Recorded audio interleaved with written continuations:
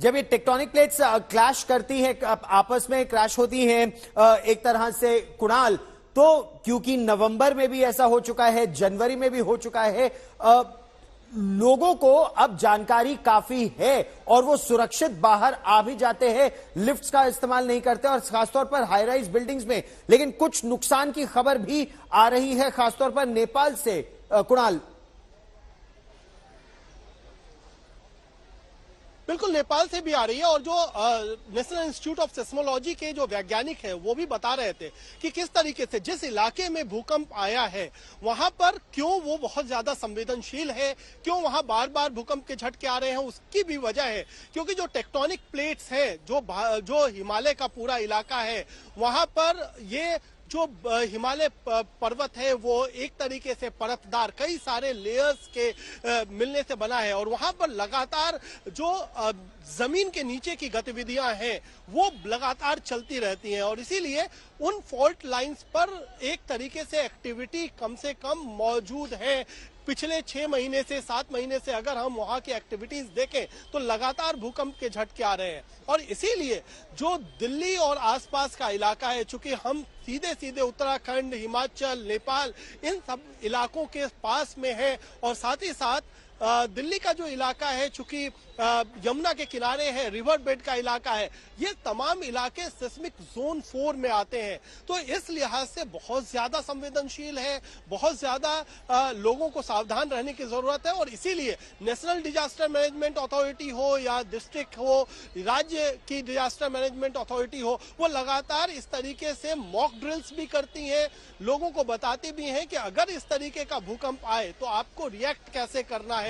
स्कूलों में भी इसकी जानकारी दी जाती है। तो सभी लोगों को ये जानकारी रखनी बहुत जरूरी है और जैसा आप बता रहे हैं कि अब लोग संवेदनशील हुए भी हैं, उन्हें भी पता है कि अगर भूकंप जैसी घटना होती है तो कैसे रिएक्ट करना है, टेबल के अंदर जाना है, सीढ़ियों का इस्तेमाल करना है। ये तमाम चीजें, जो तमाम सावधानियां हैं वो लोग बरतते हैं और इसलिए फिलहाल ये लग रहा है। अच्छा कुणाल, जहां पर आप हैं अभी भी हमको ये दिख रहा है कि काफी लोग अपने दफ्तरों में वापस नहीं लौट रहे हैं, बाहर ही काम कर रहे हैं। क्या उन्हें अभी भी आफ्टर शॉक्स के का डर है? वापस क्यों नहीं जा रहे? उन लोगों से बात कीजिए, उनकी क्या प्रतिक्रिया रही जब से पहला झटका आया?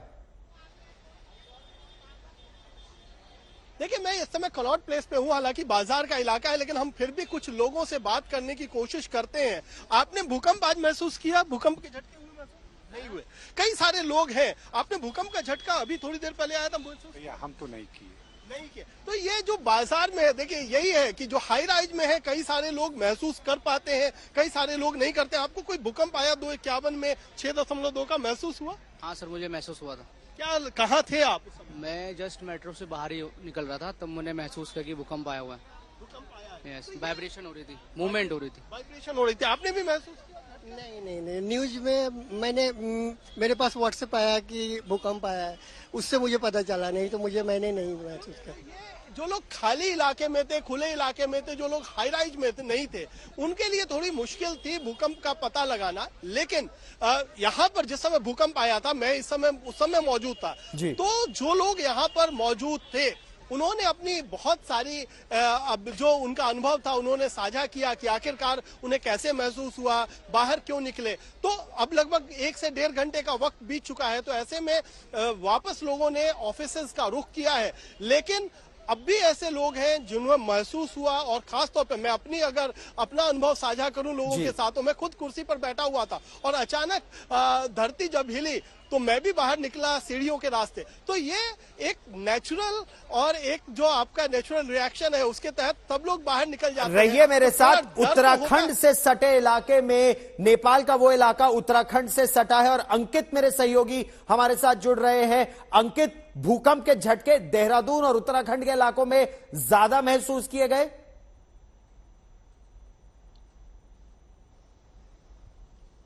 जी गौरव, बिकॉज हुआ क्या है कि पश्चिमी नेपाल में भूकंप आया है और उत्तराखंड जो है वो नेपाल से सटा हुआ है और उसकी वजह से जो एपिसेंटर के नजदीक होने की वजह से उत्तराखंड में तीव्र भूकंप महसूस किए गए हैं। और इस पर अधिक बातचीत करने के लिए हमारे साथ इस समय डॉक्टर अजय पॉल भी मौजूद हैं, जो कि सीनियर साइंटिस्ट हैं और सीस्मोलॉजी में उनको 35 साल का एक्सपीरियंस है। 18 साल देहरादून के और देश के जाने माने institute, Wadia institute of Himalayan geology में साइंटिस्ट रहे हैं। उनसे बातचीत करते हैं गौरव। डॉक्टर पॉल, आप क्या बताएंगे क्यों ऐसे बार बार अर्थक्वेक आ रहे हैं, और एक बार आपने भविष्यवाणी भी की थी कि हिमालय क्षेत्र में एक बड़ा अर्थक्वेक आने वाला है? ये हिमालय क्षेत्र संवेदनशील है और जो सेंट्रल साइस्मिक गैप है, अर्थात जो बड़ा भूकंप, बड़ा मतलब magnitude greater than 8, Bihar Nepal 1934 में आया था और कांगड़ा अर्थक्वेक 1905 में जो आया था, तो इसके बीच का क्षेत्र वो क्षेत्र है जहाँ पे कि पिछले 150-200 सालों में जो ऊर्जा एकत्रित है वो रिलीज नहीं हुई, और ये रिलीज एक बड़े भूकंप के रूप में होगी। लेकिन अभी ये कह पाना कि वो कब आएगा, कि 50 साल में आता है कि 100 साल में आता है, ये कहना संभव नहीं है। अगर हम देखें इस क्षेत्र में भूकंप के बारे में, तो 2015 में भूकंप आया था नेपाल के पूर्व क्षेत्र में, जो कि एक बड़ा भूकंप था 7.8 का, और उसके कुछ ही देर बाद 7.3 मैग्नीट्यूड का भूकंप आया था। फिर हम देखें तो 2022 में, अच्छा, जो नेपाल का पहला वाला अर्थक्वेक था उसकी डेप्थ थी लगभग 12 से 15 किलोमीटर के बीच में, और उसके बाद 2022 में 6.3 मैग्नीट्यूड का अर्थक्वेक आया, जिसकी की गहराई जो थी वो 10 से 12 किलोमीटर थी। डॉक्टर साहब, आज जो अर्थक्वेक आया है उसका क्या कारण है? पहले 2:30 बजे एक अर्थक्वेक आता है 4.6 का, उसके बाद एक और अर्थक्वेक आता है, तो क्या रिटर्न शॉकर था ये? और आज जो ये अर्थक्वेक आया है ये लो क्रिस्टल अर्थक्वेक है, जिसको कि हम ये कह सकते हैं कि ये डेप्थ जो है इसकी बहुत कम है, 5 से 7 किलोमीटर है, और इसका जो मैग्नीट्यूड है लगभग 5.5 और 6 के बीच में, लगभग 5.7 के आसपास है।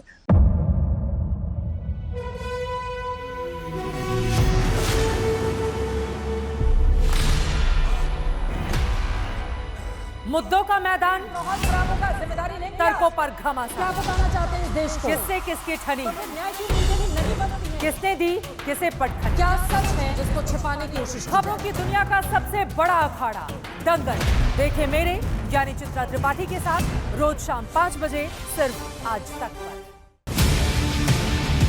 ना पक्ष ना विपक्ष, ना लेफ्ट ना राइट, ना मिर्च ना मसाला, खबरों का बोलबाला, निडर निर्भीक सबसे सटीक स्पेशल रिपोर्ट सिर्फ आज तक पर। एयर रेड के ये सायरन समय समय पर आपको सुनाई देते हैं। शौर्य की, भारत और चीन के बीच साहस की, सभी बाढ़ग्रस्त इलाकों का हवाई सर्वेक्षण किया है। सरोकार की, गाजीपुर में किसान से बातचीत करें। संघर्ष की, कश्मीर को आगे बढ़ना होगा। संयम की, भावनाएं भड़की या दंगे भड़काए गए, सवालों की, जनता के लिए, जनता के द्वारा, जनता की दस्तक। श्वेता सिंह के साथ सिर्फ आज तक पर।